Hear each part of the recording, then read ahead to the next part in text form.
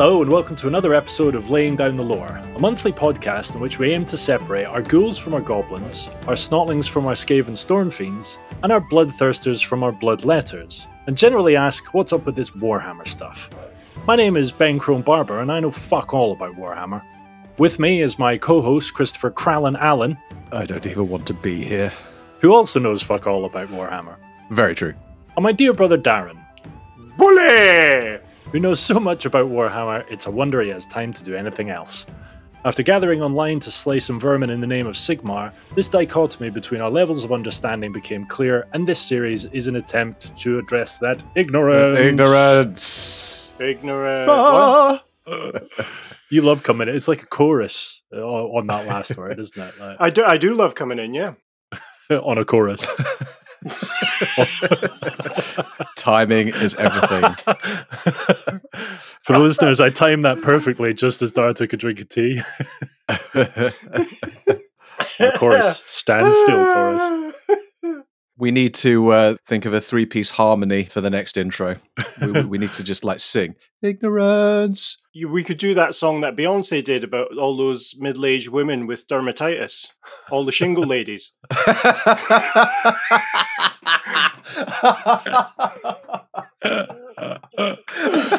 Oh, fucking hell.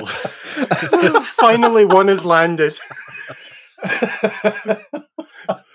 It also sounds like how Sean Connery would sing it. Oh, my shingle ladies. Oh, my shingle ladies. I just love the idea of in the song where they're going, uh-oh, uh-oh, but they're actually scratching. Uh-oh, uh-oh. Oh, fucking hell. That's a good start for you, Dhar. Ooh, I'm sweating. Oh, fucking hell. Oh, man. Well, at least you're not itchy. Oh, my shingle ladies. Right, fellas, war machines and weapons, right? Right? For who? Oh, this episode. Yes, 100%. Yes! Army, military, blood and death. Ooh, ooh, ooh. Dwarfs. This is the last dwarf episode. It is the last dwarf episode, which also means this is the last run at the Book of Grudges competition, guys. So get grudging. And I'm going to put myself in for not having my book ready. Oh! Right, I'm putting Ben in and go. That's a good one to start with. Ben. I'm back. I've got it. Having BOG ready. Oh, no, my pen. Hold on, my pencil's fucked. Ben's pencil being fucked. Crow not having original enough grudges. Oh god, this is going to be another slow episode, isn't it? It really we started is, yeah. slow, kind of slowed down a bit in the middle, and the less said about the end, the better. And now we're going backwards. Right. Oh, actually, I have a question for you, Dhar, on what are you still doing here? The other Crow. Not knowing The other Crow. the difference between Crow And Crow 2. Dhar. Brackets Crow 2. I have a question that was put forward by the listeners, in fact. End of episode 17, your sign out, you put them in the book. Yep. They demand to know why. For being entertained by this horseshit, which means I have to turn up every fucking month to listen to the inane ramblings of two people with early onset dementia. Krell's not even paying attention. He's too busy grudging. Mm-hmm. Between Kral and Dhar. Carry on.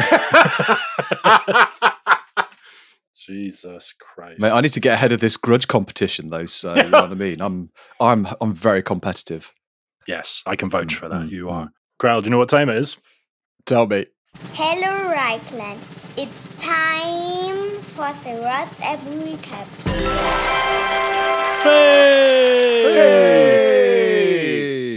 Right, Krell. WhatsApp recappers. Okay, I'm dragging you into this one, Ben. I'm going to quiz you on it. I think it's about time we tested your mettle. So, last episode... My track record when you do this has not been great to date, so I have very low expectations. Think of all the grudges, Ben. You can do this. So what's weird about your recall, Ben, is you edit the fucking episode, so you listen to it multiple times and just it's all in just one ear and out mess. the other. Yeah, it's all just a total blur. All right, Ben, here we go.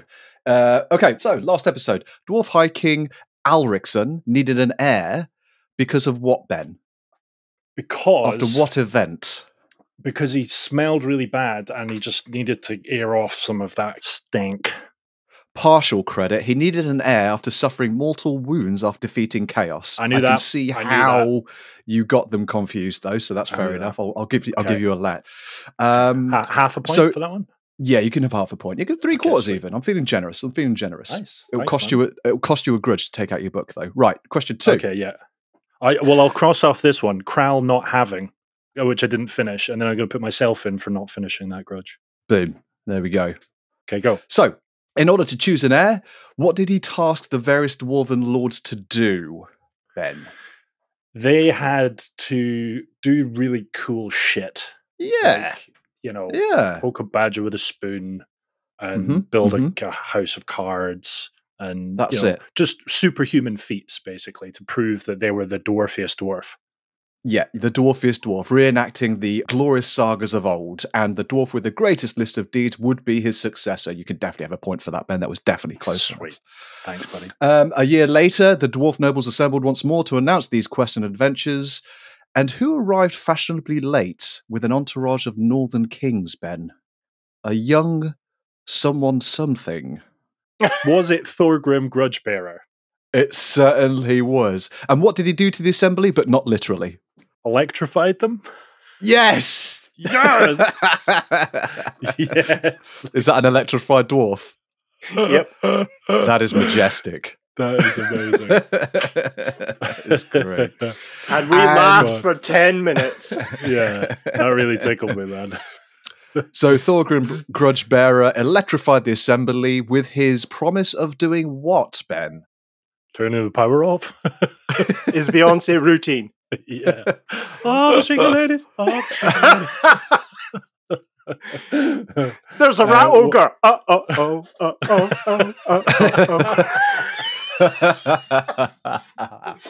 Very good. We're going to get copyright claimed. As they danced away from it. I think it's more likely dwarf Beyonce. Do you imagine dwarf Beyonce? Beyonce would probably want to distance herself as much as possible from this. So yeah, I don't think we're in any trouble here. She'd be really easy to be able to do that because she's got longer legs. So do you know what he promised to do? What did he promise to do? He promised to get rid of all the grudges, didn't he? He promised. That's right. He promised to clear the Great Book of Grudges, and as a result, he was unanimously elected as High King and immediately set out about regaining the glory of the old days. Well recapped, Krallen. Well recapped. I was good. I enjoyed that one. I was going to ask you to do it in Tony Blackburn, but I think that was better. Like I said, you don't just ask Tony Blackburn; he manifests himself at will. You know, at like the most inopportune moments. And believe me, there's been some inopportune moments when Tony Blackburn has just turned up out of the blue. Yeah. He was like, whoa! Oh, it's a terrible thing to happen mid-coitus. Yep. Pretty much. Exactly. I go down Krallen and I come up with a theme tune. Well, do you think there's any chance that he might kind of like spontaneously manifest, in the coming episodes? I don't know, Ben. I don't know. Okay. This is the. Well, we just live in hope. Yeah, exactly. Just live in hope. All right. He might just turn out of the blue. Oh. Jesus Christ. Tony, not now, please.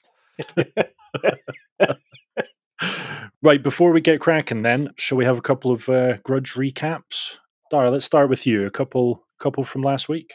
Did you have your book last week? I did, but I do not have it now. Wow, that is going. Do you know what? I think I'm actually just going to put a number 2 next to the last time he did that, and I put him in the book. Grudge recaps. Well, in that case, Kral, I'm going to ask you for 3 grudges from last week, please. Cool. All right. Number 1, Ben for half-arse grudging. You either go hard or you go home, pal. You know this. I don't know what that was about. Me for incessant pen clicking. Good. Cool. Excellent. Like it. And finally, Ben for not being prepared with the WhatsApp recap soundbite. Yes, that was true. Nobody will know that until now because I'll have edited that out. But don't worry about it. Where's Dhar gone? He's come back with his book of grudges. All right. Okay. Do you know what? Fine. Holy I'm fuck. going to cancel out that grudge for you, Dhar.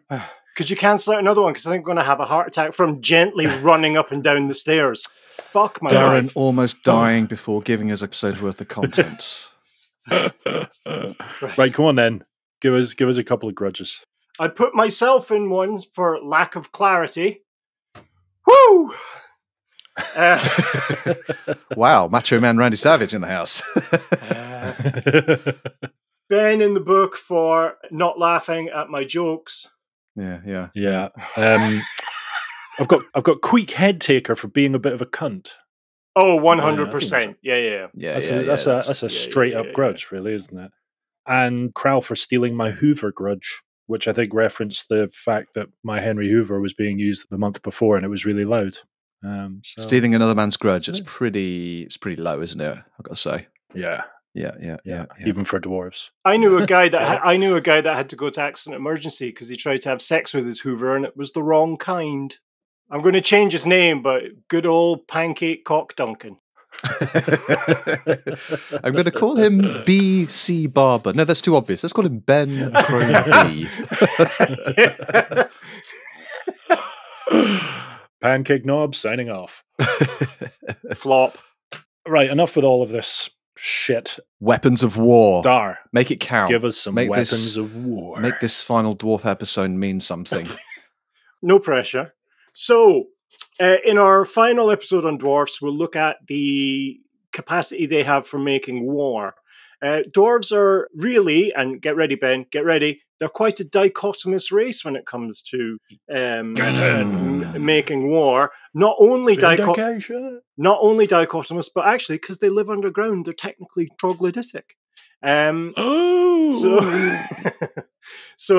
Yes, they have, oddly, some of the most advanced and at the same time some of the most traditional weapons of war amongst any race in Warhammer. And that really comes down to the split between the kind of engineers and the runesmiths. So the runesmiths lend themselves more to traditional forms of dwarven warfare and kind of dwarven culture, and the engineers are seen as the progressive, innovative, and technically shooty armies, as you quite correctly say.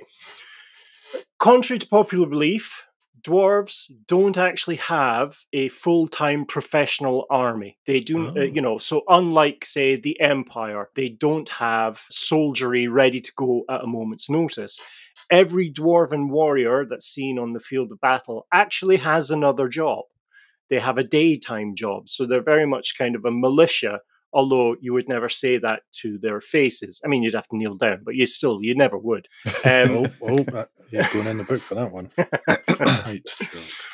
So once called up by their leadership, either the king, the high king, or the local thane, they'll form together into these large units of warriors, the most common of which is the interestingly named dwarf warrior. And so these...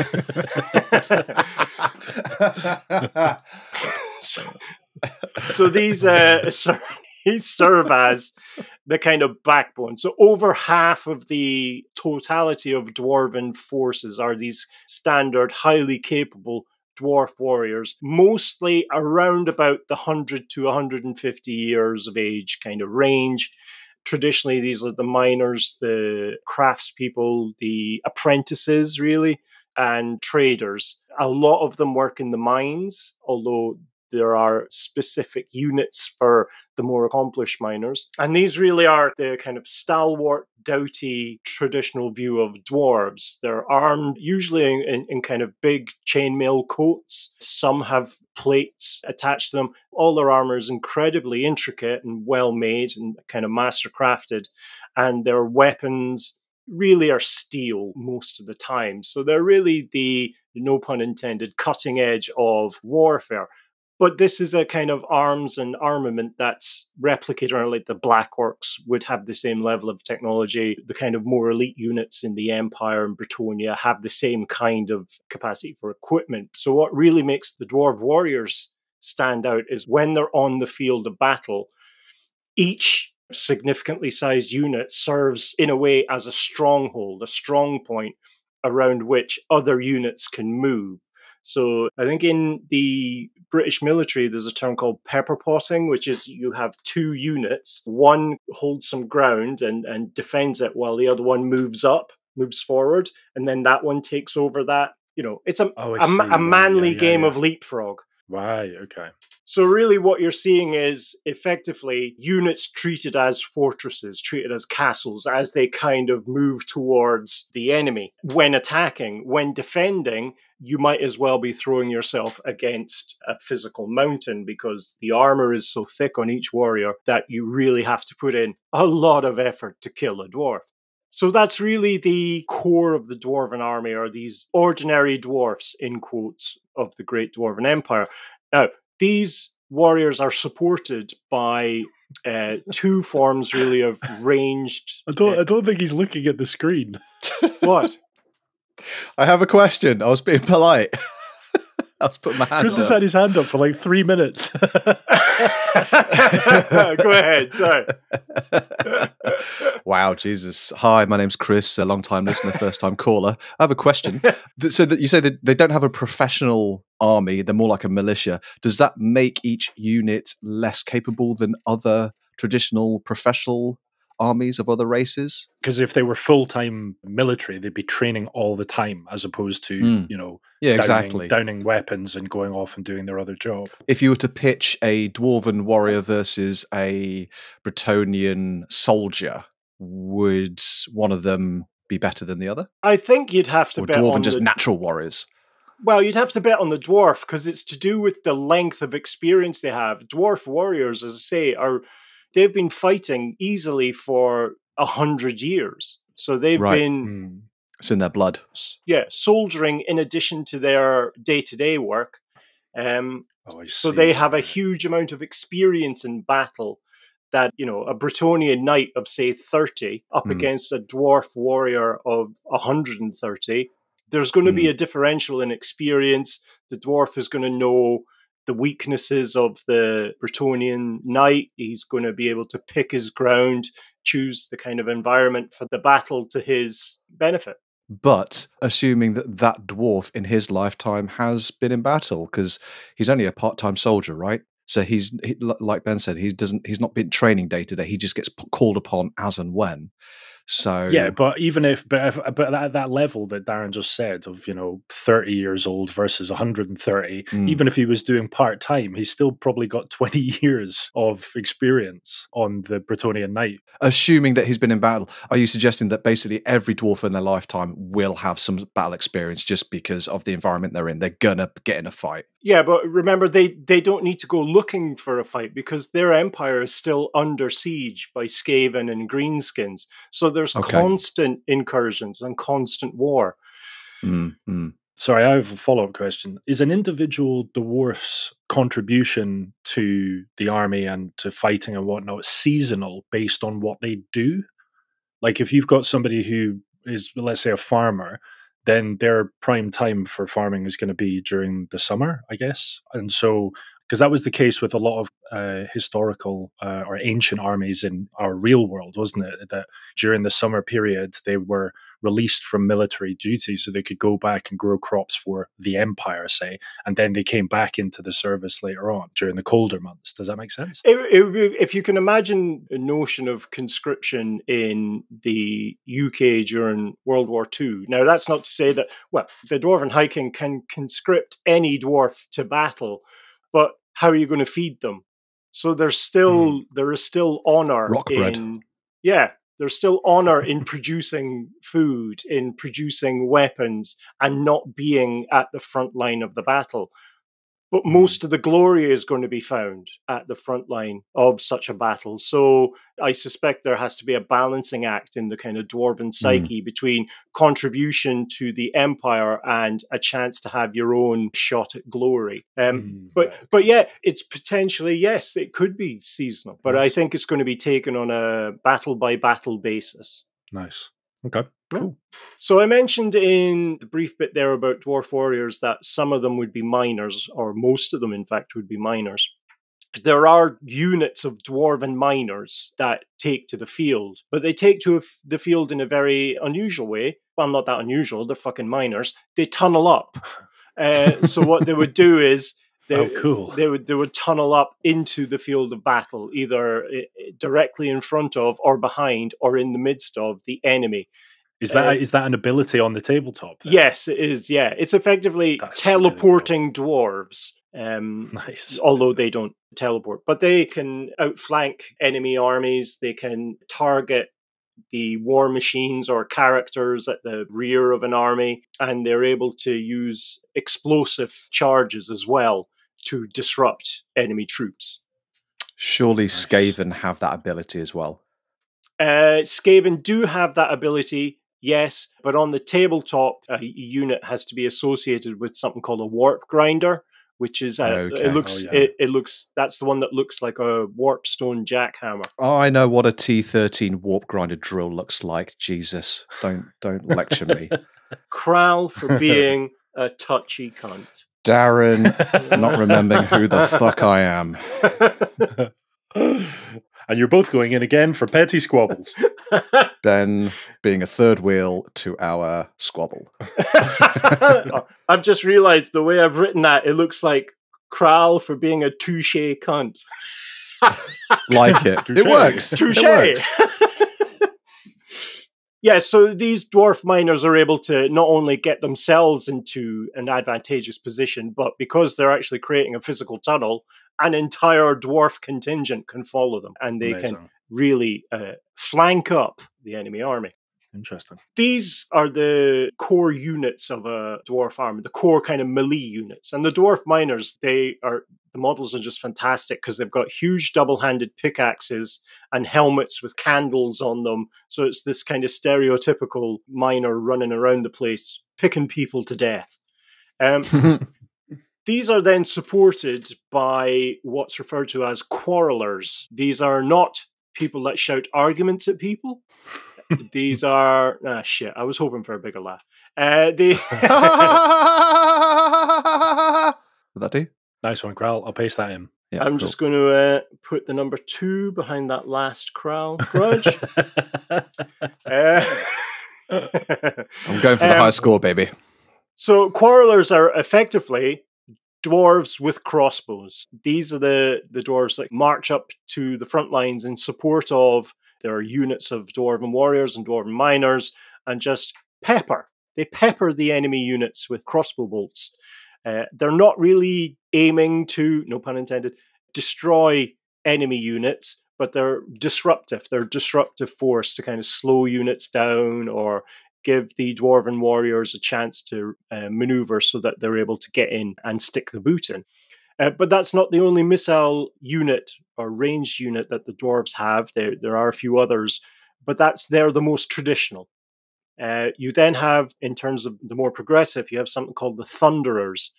And these are dwarven warriors with what's referred to as handguns, big rifles, muskets, effectively. Right. And what's kind of interesting about these guys is they have a fierce competitive streak with each other for who has created or refined their rifle to be the most accurate, and their own skill. And this means that their handguns are some of the best in the entire old world. And these guys really do snipe away at the battlefield. Again, used as a kind of disruptive unit, but there are, you stick an engineer in with a brace of pistols and they suddenly become quite effective with being able to re-roll misses. They'll get all John Wick on your ass. Oh, yeah. Oh, Yeah. I would watch a John Wick remake of Entirely Little People. That'd be fucking amazing. Just outright unfucking fettered violence and ridiculousness. And all the bad guys are halflings. Yeah. No, I meant in the real world, Ben. Oh. Halflings are real, right? No, they're just far away. Right, guys? Right. Now, these cows are small.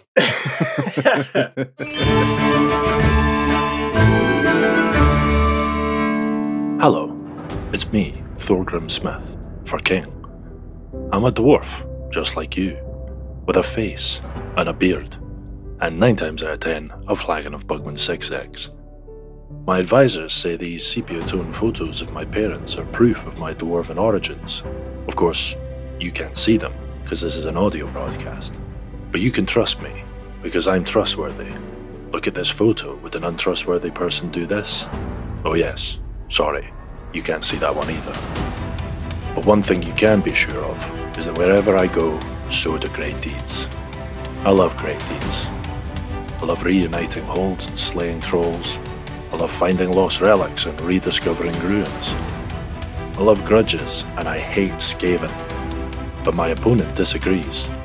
My opponent thinks Skaven are great. Is that the kind of king you want? No.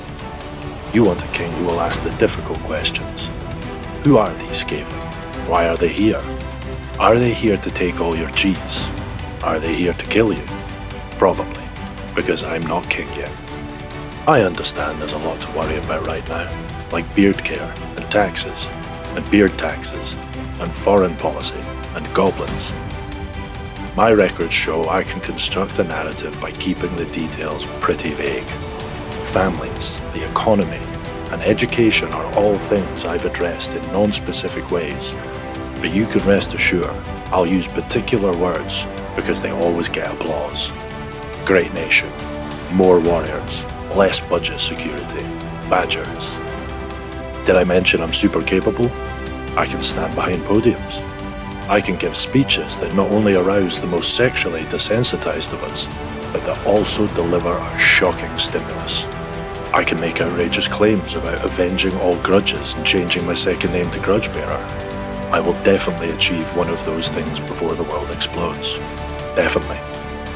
Right now is a critical time. Because of the past, and the future, and this Dwarven flag. Which, of course, you can't see because this is an audio broadcast.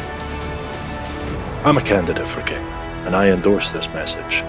Unless, of course, you disagree with anything I've said, in which case, I had nothing to do with it. You have a decision to make. Die at the hands of our enemies, or 240 volts. The choice is yours. Vote Thorgrim.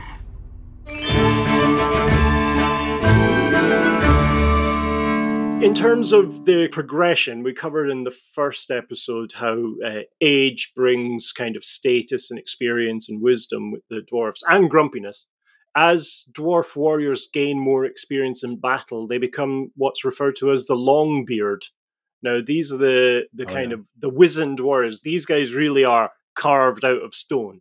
And I'm saying guys, I mean dwarves. And they have a unique ability where they just grumble about how shit the youth of today is. So it's the get off my lawn dwarves who are just in the midst of battle looking how all the other units behave and kind of criticizing them if they don't do well, if they don't hold up to traditional values. And what's their contribution to the battle? Just to piss people off into effectiveness? Yeah, propel them along. Well, it's what me and you do to Ben, so, you know. That's why I'm so effective. Touché. Right, you're both going in the fucking book for that. Yeah, so to answer your question, Chris, a fantastic kind of psychological advantage. They'll be able to hold the line and reassure the other dwarven units that this, whatever they're facing, is no big thing, and if we're not going to run, you shouldn't run, that kind of idea. Okay, they're also phenomenal warriors, because these are the guys that really have spent a significant amount of their time fighting. These are the kind of the chosen warriors of the Dwarven High Kings, and they race around the place with huge... Well, I say race. What did we describe for dwarf? Trundle? Waddle. They waddle into battle in just huge suits of plate and chainmail armor and with double-handed axes, and they fuck shit up. So they're not only an amazing kind of reassuring sight, but they're also a terrifying sight. They will fuck shit up. Nice. They will fuck shit up. But moan about it. But absolutely moan about it. Yeah, okay. There's been in the past rules where if a nearby unit is starting to break, if it's going to flee, you can roll a dice, and depending on the result, you have to read this scurrilous insult that stops the unit fleeing and makes it shamefacedly turn around and face the enemy again. Nice. But these aren't the only kind of elite combat warriors of the dwarves. Of course, the kind of pinnacles are what's referred to as the hammerers. Guess what they have? The hammer. A hammerer. These are the elite bodyguard of the dwarven kings. These are the kind of chosen companions. When you hear of kind of heroic tales and there's a group of companions for a king or whatever, they're almost always hammerers.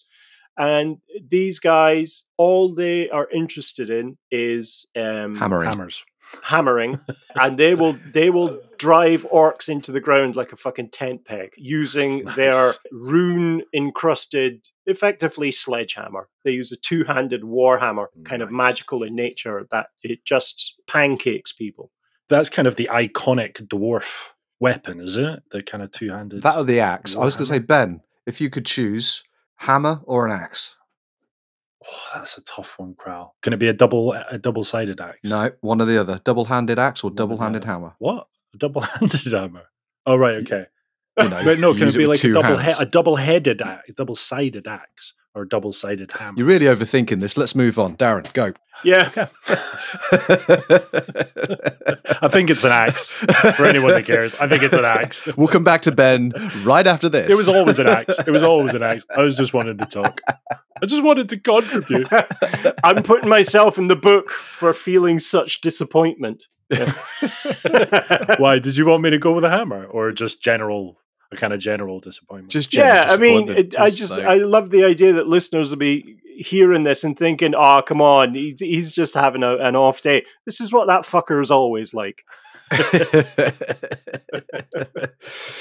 But as I say that, I'm thinking about my life and thinking, let him who is without sin cast the first dwarf.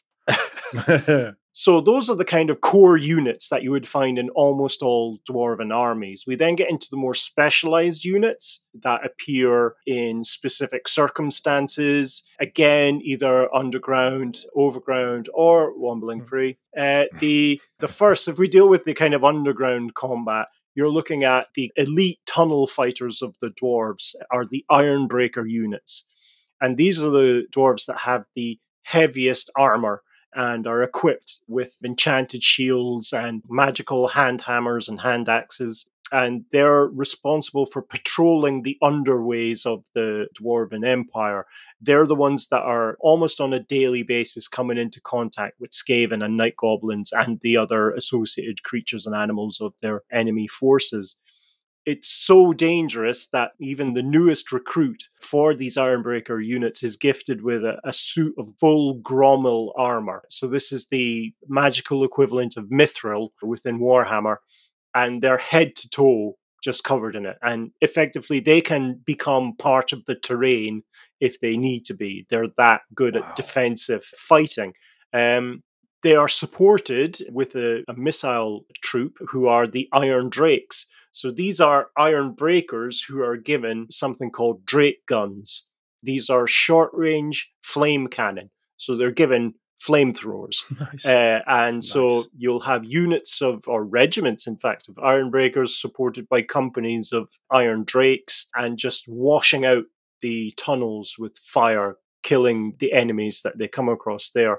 There's also, specialists within the Iron Drakes that have harpoon guns, so they can chain down the large kind of trolls and what have you, so pin them in place so that the Iron Breakers themselves can race in and finish them off. Just tickle them. Yeah, just tickle them. Bring in the ticklers. Yeah, exactly. Tickle them with my hammer. Please tell me there's a unit called the Ticklers. Yeah, but it's in the Slaneshi army. So, these Ironbreakers are often accompanied by units of Dwarven miners and Longbeards and Hammers and Dwarf warriors. So their day-to-day patrols on a smaller scale tend to just be Ironbreakers and Iron Drakes, but when there's larger underground battles, the other forces of the Dwarves will be summoned. Mr. Chris? It sounds like the Ironbreakers are a full-time military unit. Like you say, they're in daily contact with Skaven and night goblins underground. It doesn't sound like a part-time militia style role to me. No, it is a more structured and long-term commitment from a dwarf, but they do cycle out. They do still have obligations to their own thing. It's one of these things, it's never really been stated explicitly, but I think even the dwarfs come under psychological pressure. It might take years. But they will cycle out, and if they reach an age, they'll qualify to enter into the units of Longbeards or Hammerers, or move on in their life to become Runesmiths or engineers, that kind of idea. Supermarket clerks. I bet it's the inverse in terms of mental health, whereas a dwarf will naturally get grudgier and bitterer through life. When they, their psychological issues, they'll probably become happier. You're in trouble when you meet a happy, giving, forgiving dwarf, right? That's when you've got to send them to the shrink and get their head checked. Well, I think that's when you need to dye their hair orange and give them blue tattoos and send them on their way as a slayer. That's it. The happiest slayer in the world. Something has clearly gone wrong. Which is the final diagnosis of every dwarf therapist. Have you thought about becoming a slayer? So they're the dwarves that tend to spend the most amount of time underground, the Ironbreaker regiments. The dwarves that tend to spend the most time overground are what's referred to as the dwarf rangers. And these really are the eyes and ears of the dwarven kings on the mountainside and in the country. Very much the kind of Aragorn if he'd been in a lift accident. Racing around. Smoked too young. Just accordioned. Yeah. Should have cut out those woodbines when he was 15. But these guys spend so much time above ground that they're viewed as with suspicion by all right-thinking dwarves who prefer under the mountain. So their word is trusted by their kings, but they're not particularly trusted by their fellow dwarf.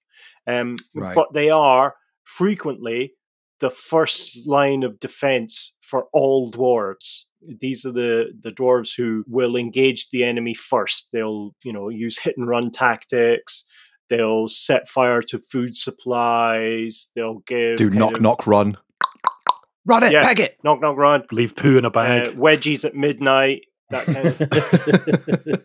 And they also start creating Home Alone-style booby traps across the sides of mountains to slow Joe enemy Pesci forces down. Yeah, just like a single nail. A single well-placed nail, yeah.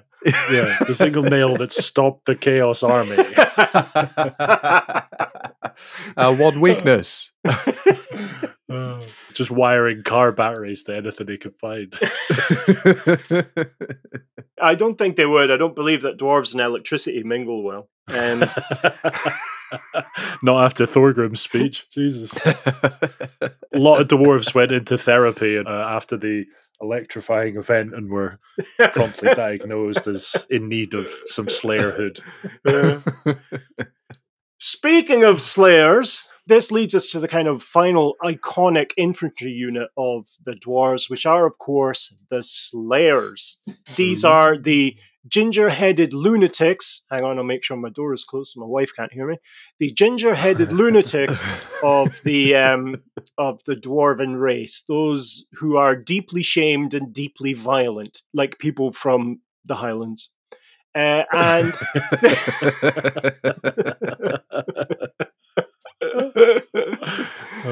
when there is a call to battle, they amass in one single great unit. Most of them will be run-of-the-mill troll slayers, but they will be interspersed with giant slayers and the other two forms of slayers. Can either Demon of you Slayer remember? and Demon Dragon Slayer. Dragon Slayer. Dragon Slayer. Chris for the win. Bam. I got in there. Ben, you're going in the book for losing. Ben, not beating Krell. Dwarf quiz. Interesting way of putting it. For not beating Krall off about the Dwarven Slayers. pop quiz. Like, all you had to do was ask. My hand is your hand. What's the name for a multiple of Slayers? We had, what was it, a barbecue of dragons? A barbecue of dragons. What would it be? A ginge of Slayers. A stramash of Slayers. Yeah, a ruckus of Slayers. A ruckus of Slayers. So these units of Slayers, what you're really looking at here is a collection of individuals rather than a cohesive unit. They do pay heed to the Slayers who have failed the most to die. So the Troll Slayers will, in general, give way to Giant Slayers, and the Giant Slayers give way to the Dragon Slayers, and the Dragon Slayers give way to the Demon Slayers. So the units are led by whichever is the worst at dying, and that is obviously the Demon Slayers. That's a really funny way of looking at it. It's not too dissimilar to me not beating Kral a moment ago. You're right. It is like a massive unit of losers led by the biggest loser.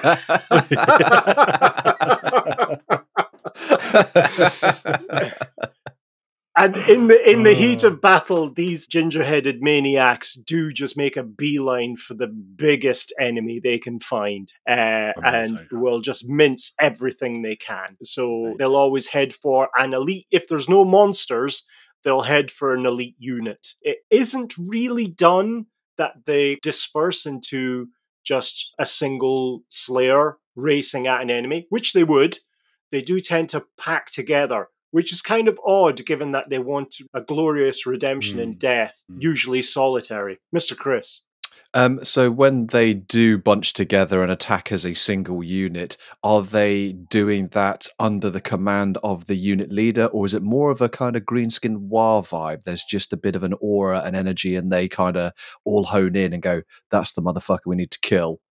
I think it's somewhere in between, but leaning perhaps to the greenskin half, because they do pay heed and give weight to the experience of the unsuccessful that are leading them, but they still need to die in battle. And that then really encompasses the units, the Dwarven infantry units. Let's have a look at their weapons of war, the artillery and other war machines. Baboom. Yeah. Looking at the kind of more traditional engines of war that the dwarves have, it's really two. One is a bolt thrower, which is effectively an enormous crossbow that takes 3 dwarves to prep and fire. A ballista or a ballista. A ballista, exactly right. This is a thing that can take a dragon or a wyvern clean out of the sky with one shot and can pin a troll to a mountain, so that a Slayer, an opportunistic Slayer, can run in and just dispatch it and thus prove himself a loser. Would that happen? Would a Slayer allow that with, but he's basically got a handicap in the form of a massive crossbow helping him pin him down? Is that not seen as a bit of a cheat? He'd probably try and pull the bolt thing out of the mountain so that the troll could fight him fairly. Yeah. The other more traditional engine of war is a stone thrower, a traditional stone thrower. In this case, referred to as a Grudgethrower, because these are the engines where the crew or an attached engineer would write "Go fuck yourself" on a stone and hoof it at the enemy. But they also have runesmiths. There are also magical runes that can be applied to the ammunition for both of these engines, which give them significant power. I mean, you could end up with a rock, it's about to be fired across, and then a rune is applied to it, which sets the rock on fire. So effectively, you're throwing lava at the enemy units. And there's also accuracy and explosive. Mr. Chris. 2 questions. I recall, I think this was the Chunks of Dhar bonus episodes, tier 2 Patreon listeners only. You explained runes. To produce a rune is very time and labor intensive. You don't just carve it, enchant it, and there you go. You have to go through a long process and even lose a limb or maybe risk your life to make this rune enchanted. To then stick it on a rock and fling it at an enemy seems a bit wasteful. Would they want to retrieve it again? Do you get one-use runes? Yes, the impression is given that they're one use, but in the rules, it's a continuous effect. So I'm not sure if you're applying it to the ammunition or is it going on the actual engine itself. Sure. Yeah. Oh, I see. Right. That would make more sense, I think. Yeah. When we were discussing the use of runes and creating a rune, we were looking at magical items. There are quick and easy petty runes that can be carved into things to make them have an effect. But again, only by a runesmith. Mr. Chris. And then second question, can you have fun time runes? So could you, like you got a kid's party. Rune of engorgement. Yeah, rune of engorgement, rune of turn this rock into a bunny rabbit to entertain some kids or something like that. I can't see any reason why there couldn't Darren be. is frowning. I don't know why there's such an awkward pause. I mean, a legit question, as far as I'm concerned. Yeah, but when I hear anything described as fun time, my thing doesn't immediately go to kids' parties. Okay. So it does go to bunny rabbits, though. You fucking long-eared tease. Fine, an aphrodisiac rune or something. Let's bring it down. I don't know. My honest answer is I don't know. You've stumped me. You've stumped me hard over this desk. I don't know. Well done, Chris. I win. You've now ruined the rest of the episode as Darren's about to leave. Right. I win the podcast. Yay! I'm going to burst into tears, but it's okay. I use them as fun time lube. Which has a rune on the ball. It's certainly been the ruin of my life.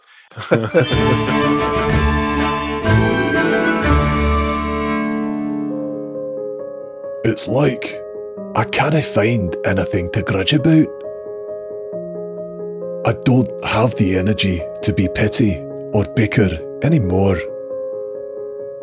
I just feel happy all the time. Right now, 1 in 4 dwarves are struggling with mental health. And most aren't even aware that they're in need of help. Are you one of those dwarves? Today, during Dwarf Mental Health Awareness Week, it's time to be honest with yourself. Have you been feeling overly positive? Are petty matters nae bothering you? Finding yourself agreeing with others far too often? Have you not made an entry in your wee book of grudges within the past 24 hours? If the answer is yes to any of these, you may be suffering from any number of common mental ailments. Excessive jubilation disorder, general agreeability syndrome, or jollification of the mind. If you think you might be happier than normal, speak to someone about it today. Dwarf Mental Health. You didn't need to be positive about life anymore.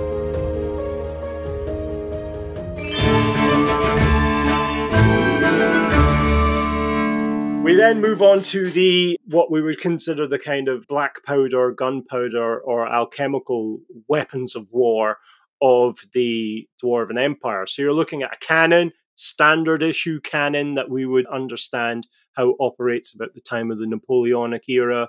They are smaller than their kind of the human counterparts, but because of the craftsmanship that goes in, they're no less deadly and by far are more accurate than human cannons. But they're just a run-of-the-mill cannon.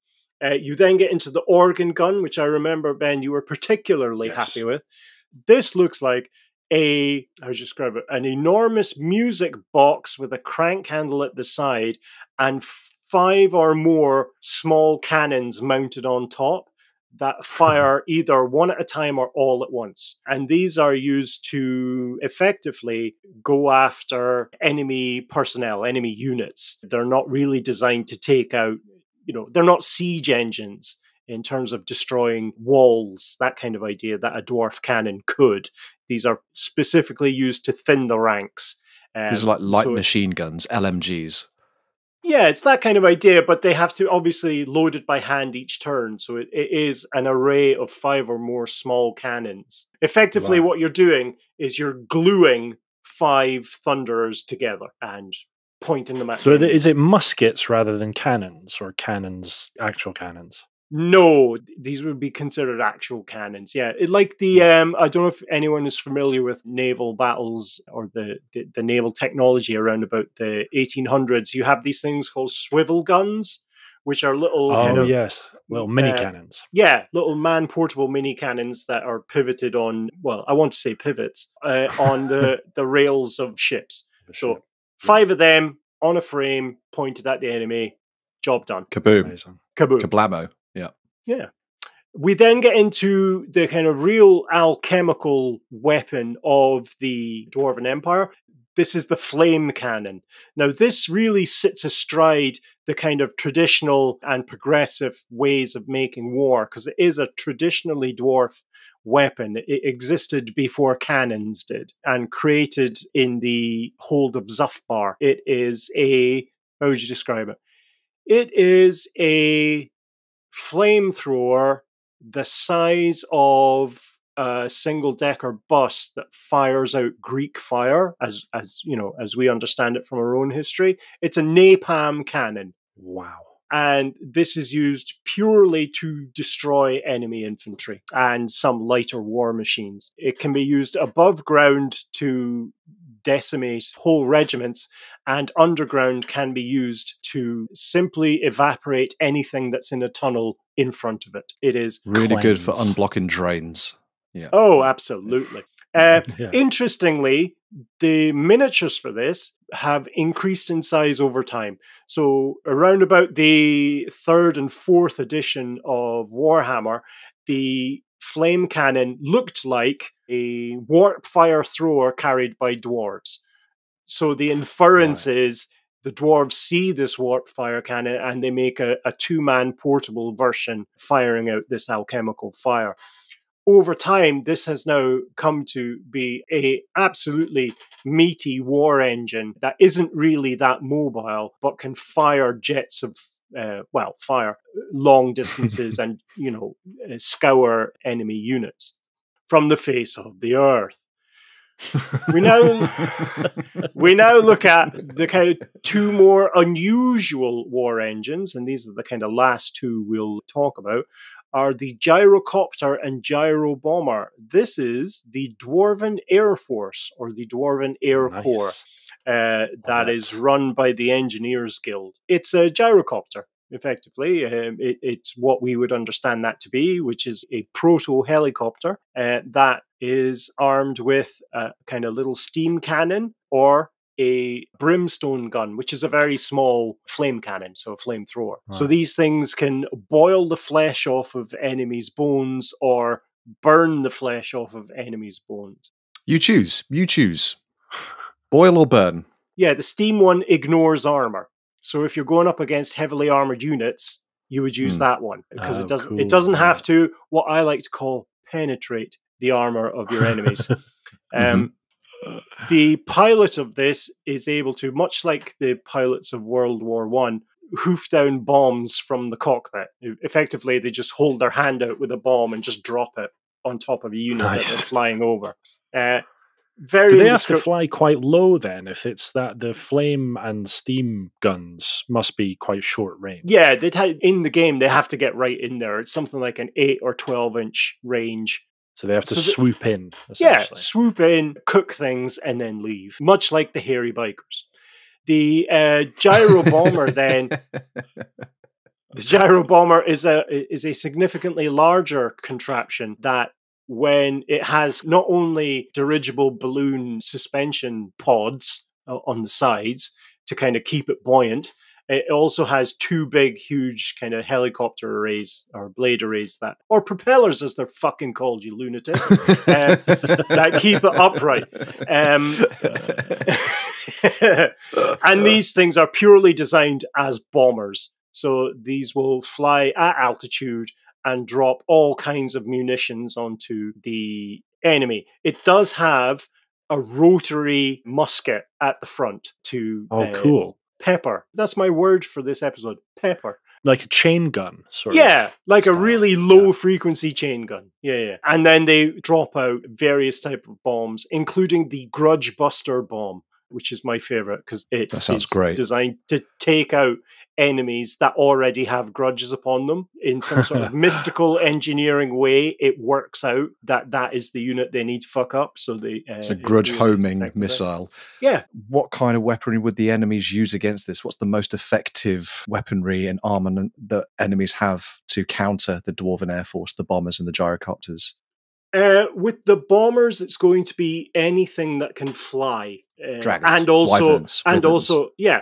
And also war machines, so cannons, bolt throwers, that kind of idea. Anything you can aim at the sky. Up. In terms of the gyrocopter that would need to swoop down, you're looking at anything with ranged weapons, any kind of archer or crossbow or handgunner or mushroom thrower, shit flinger, anything that can target that. Because they do have some level of armor, but it would be akin to the armor worn by dwarf. It's not like huge, thick steel plates. Gotcha. Yeah, I can imagine they're a very tough aerial units to get rid of. You know, they're quite nimble. They've got 3 dimensions to move in as well. Try and take them out could be quite challenging for a relatively primitive army with bolt throwers and sticks and stones and such. But they can be taken down. There are methods. There are ways. Yes, they absolutely can be taken down. No Dwarven Lord would rely purely on these contraptions. Again, they're used to kind of harry and disrupt the enemy rather than to destroy them outright. As Ben said, it's the focus is still on hand-to-hand combat. So if you can disrupt the enemy so you get the better opportunity in battle, then that's effectively what they're for. And what's the reliability of Dwarven technology? Do these things fail quite a bit? No, they really do have the most reliable mechanisms in the old world because they're created by a race of people who you need to be at it for. Done.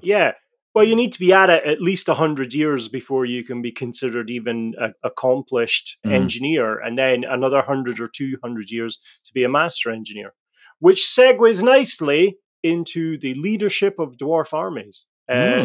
It falls really into kind of 3 main categories. You have the kind of heroic leaders, so you have the kings, the lords, and what's referred to as the thanes. So these are the descending ranks of dwarf heroes. These really are what you would consider to be diminutive Viking heroes. So these are the Beowulfs of Warhammer. They're armed and armored in the best magical plate mail. They have outstanding weapons of amazing craftsmanship, depending on where they are in the Empire. They have the most powerful handguns or pistols, or they have an axe that just is covered in runes, designed purely to fuck up reality when they decide it needs to be so up-fucked. They tend, obviously, the dwarves are an infantry-based army. There's no cavalry. They don't ride into battle on anything. But there's perhaps one exception to that.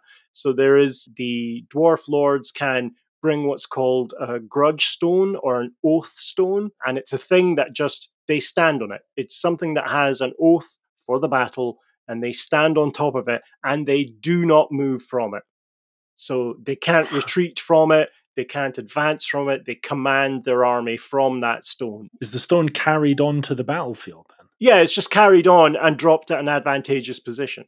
Right, okay.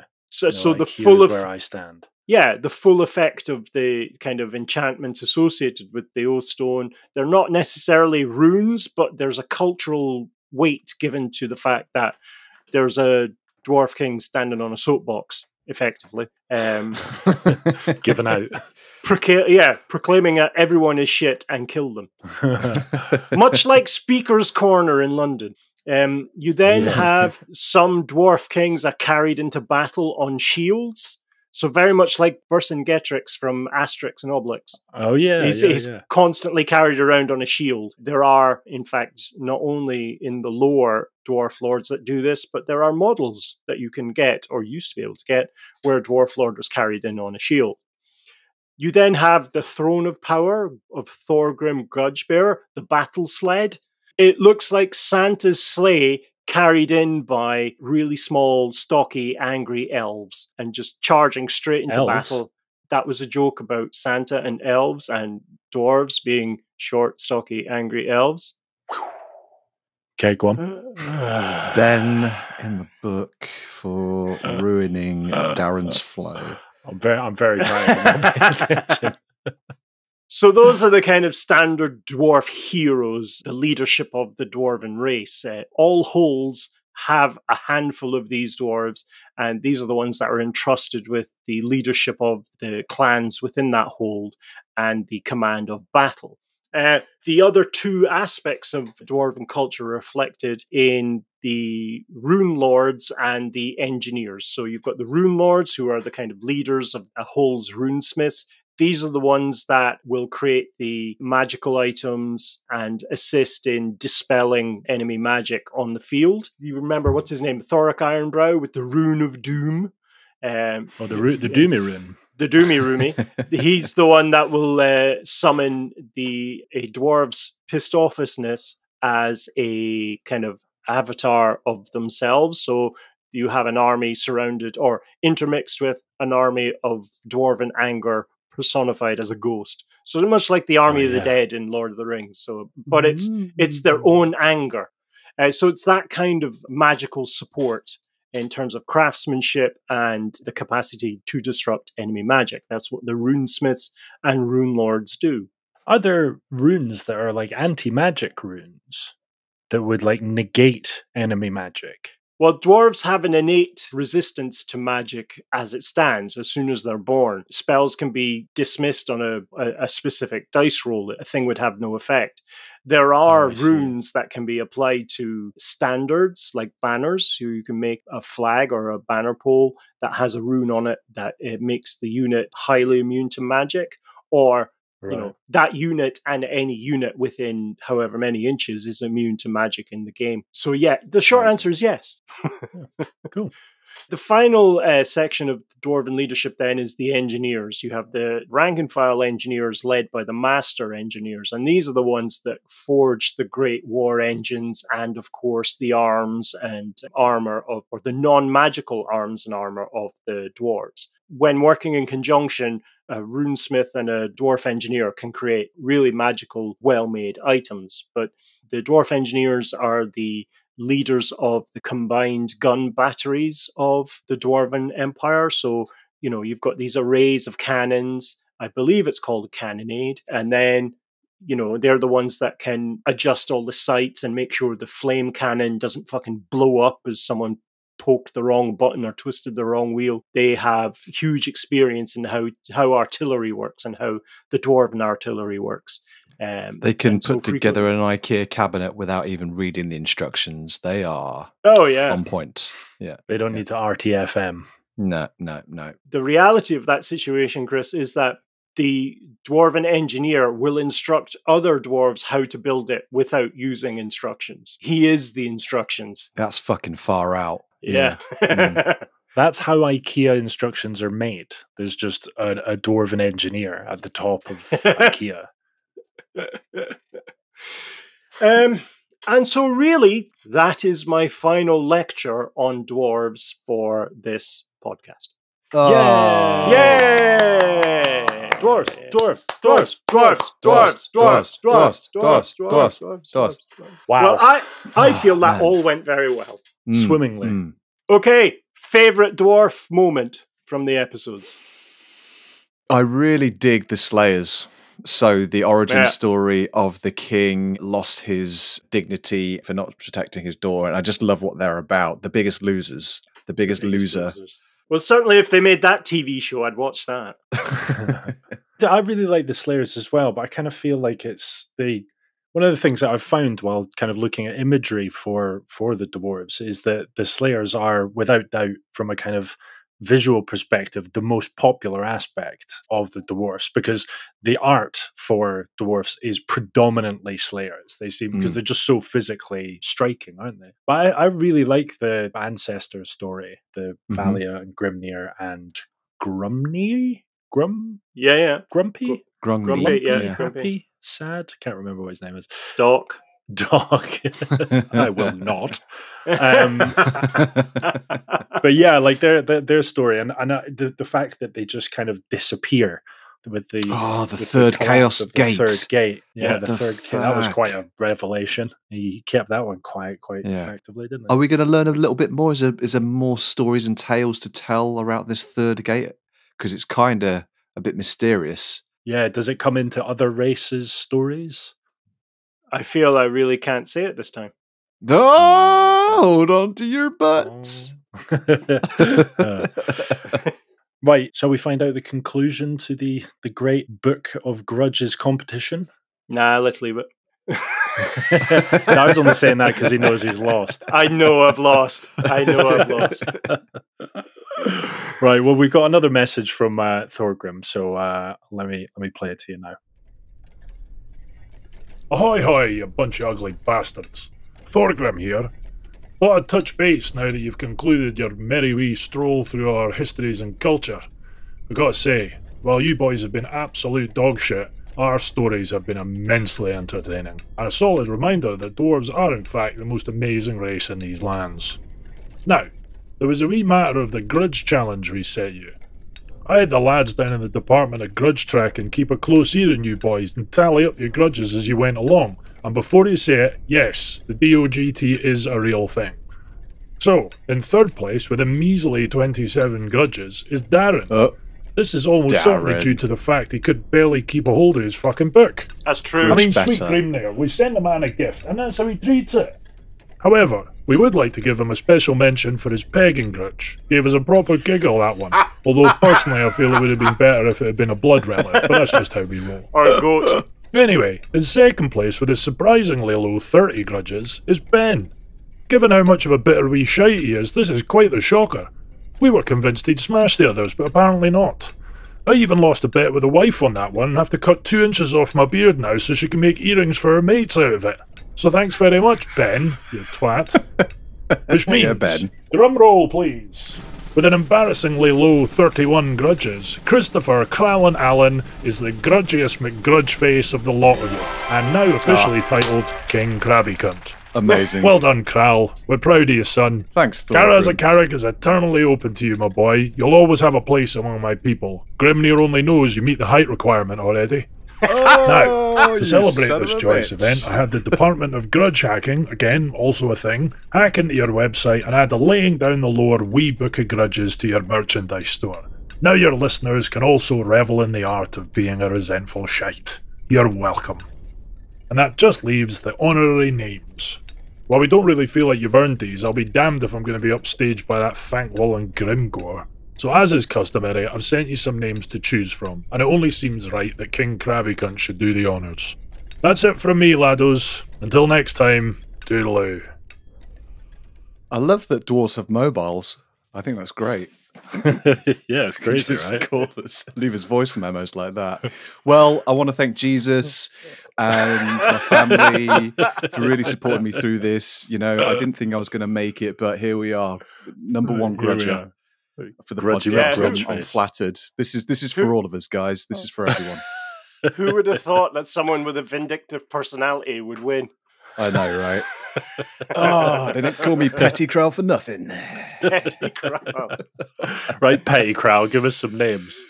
Yes, so Thorgrim's been good enough to give us some names to choose from. Ben, let's start with you, my man. Okay. Dwarf name number 1. Benric Stonehair, immovable strand of the Quith Mines. Nice. Okay. Can you? I need you to add some reverb to these announcements as well. Make them sound more epic. Number 2. Sure. Cronetank Irontop, Shamebearer of the Sleeveless Halls. Or number 3. Like that. Like that. Number 3. Need a deep breath for this one. Cunnington Benson, dichotomous hippopotamus of the mystic troglodytic critics.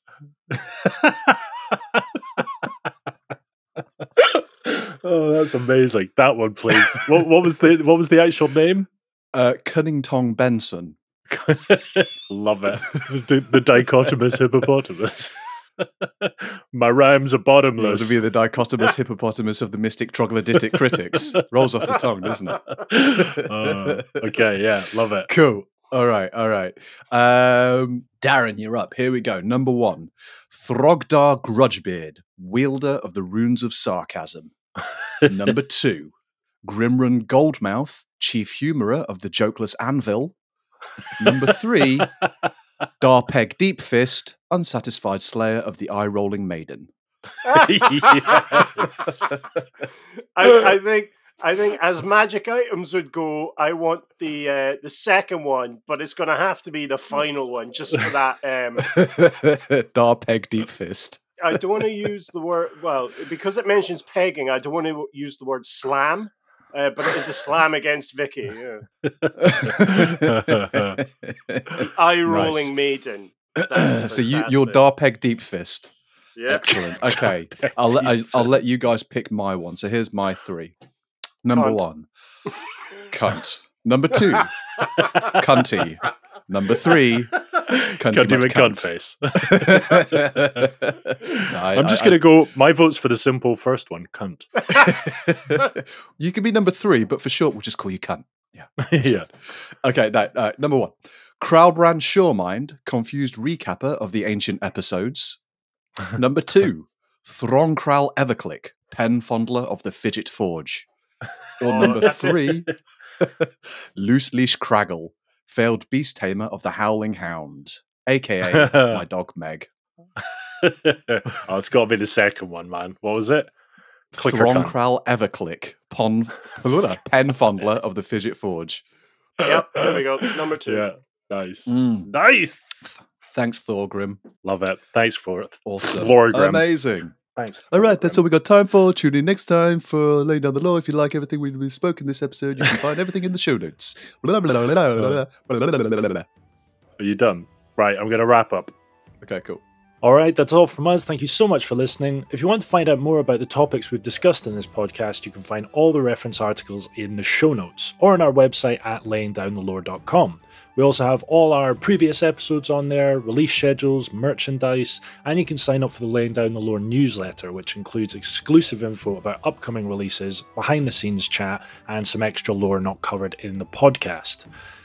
Big thank you to all our Patreon supporters. We couldn't do this without you guys. You cover our costs and allow us to spend more time planning content and scripting those ridiculous adverts, not to mention the moral support that we so desperately need. If you're not part of this merry band, you've enjoyed what you've heard in this episode, and you want to support the podcast, head over to patreon.com/laying down the lore and sign up today. This will give you access to our Patreon exclusive bonus series, Chunks of Dhar, a bi-monthly informal deep dive into the topics discussed in the main podcast, in which Kral and I essentially interrogate Dhar. You'll also gain access to our Discord server, which is pretty much Warhammer banter 24/7 with the 3 of us and our growing posse of lovely time wasters. We'll be back again next month displaying just how little Chris and I know. Until then, ta-ta! Farewell, goodbye. See ya!